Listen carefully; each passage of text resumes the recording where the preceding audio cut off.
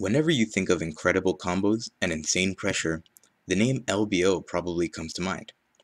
LBO is arguably the best Zetterburn player. He's also a streamer, and his Twitch TV link is in the description. LBO's success in-game stems from his ability to pressuring and comboing opponents. Anyway, today we'll be going over the basics of the neutral game and its components. A lower level player might tell you that you just need to hit the other guy, but we'll see today that there's much more that goes on. There are general videos and writings out there that cover the subject of the neutral game, but this is a video taking into consideration the context of Rivals of Aether. We'll discuss each topic individually, pointing out some important ideas to keep in mind, and then observe some gameplay with LBO, which exemplify what we've covered in the pre-analysis.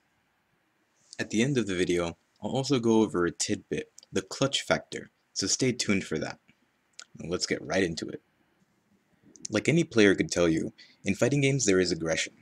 Lower level players can recognize this, and it is really the cornerstone of any fighting game. What they don't understand, however, is hitboxes, the active part of your attacks, and hurtboxes, the part of your character that gets hit. It's important to understand hitboxes and hurtboxes because there are attacks that will have hitboxes farther out than the animation would lead you to believe, making them safe options. Similarly, some attacks extend a character's hurtbox and thus put them in a more dangerous situation. After learning your character's attacks, you need to know when and where to attack. You can attack the opponent where they are, for example after they missed a move, or you can try to predict where they'll be, and put a hitbox there, hoping they'll run into it. Attacking an opponent after they mess something up is called a punish, and predicting the opponent's movements and attacks is called reading. Having good punishes and good reads is a very important part of having a good neutral game. Let's take a look at some aggressive situations with LBO, and try to think about whether they are punishes or reads going on.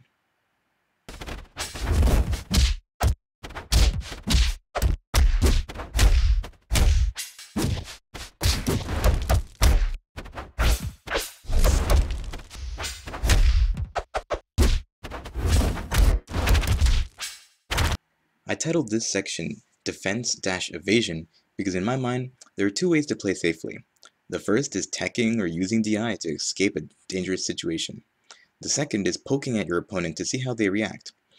Keeping some distance and attacking with projectiles such as Zetterburn's Fireball or Crag's Rock are also ways of playing defensively, as is standing still and waiting for an approach by your opponent.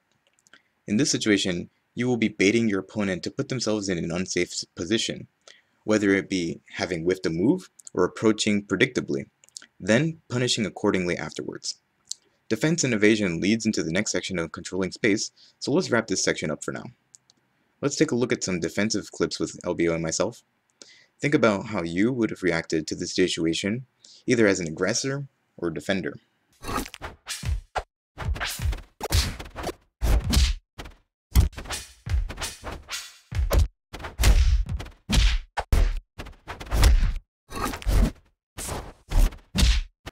So now you know how to attack and defend yourself intelligently.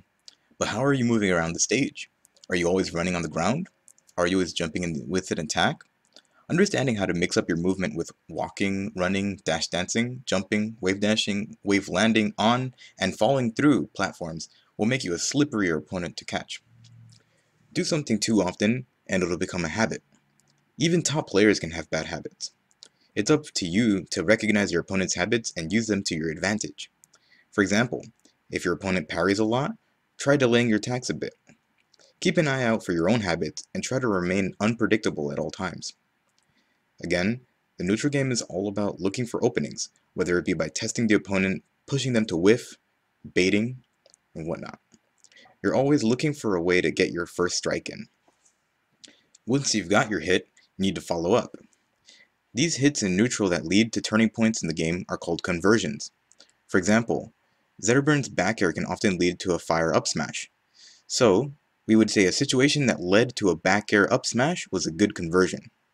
Knowing what moves lead into others and being able to get follow-ups comes with time and experience, and studying good players' gameplay.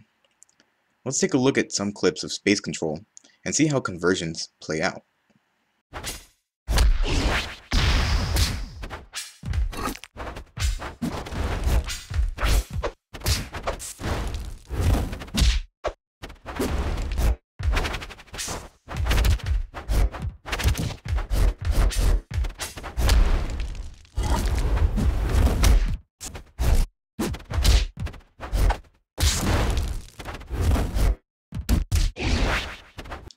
Finally, let's take these last few moments to talk about the clutch factor.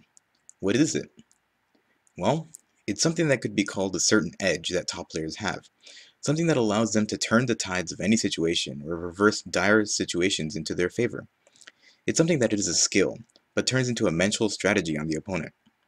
Also, it's something that is consistent. If two players seem to be on even playing ground and their games always go to last stock, but one player always wins, we would say that he has a better clutch factor. And this finally divides the high-level players from the top. The top players have the edge that can separate them from those below, even if their opponents are solid in their own right. It's what can make a game that started like this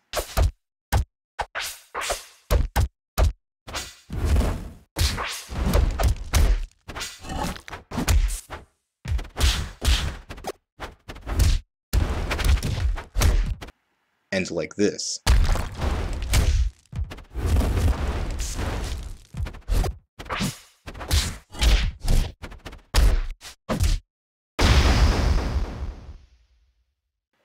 Clutch factor is something that is also developed with time, and comes with confidence. Well, that's all for this video. Hopefully you learned something, or maybe had a nice refresher course on the basics of the neutral game. If you liked the video, you can leave a like. If you have suggestions, leave a comment. If you want to watch my stream or follow me, my Twitch, Twitter, and Discord links are in the description. And of course, you can subscribe to my YouTube channel because there are definitely more videos to come. Thanks for watching, and see you next time.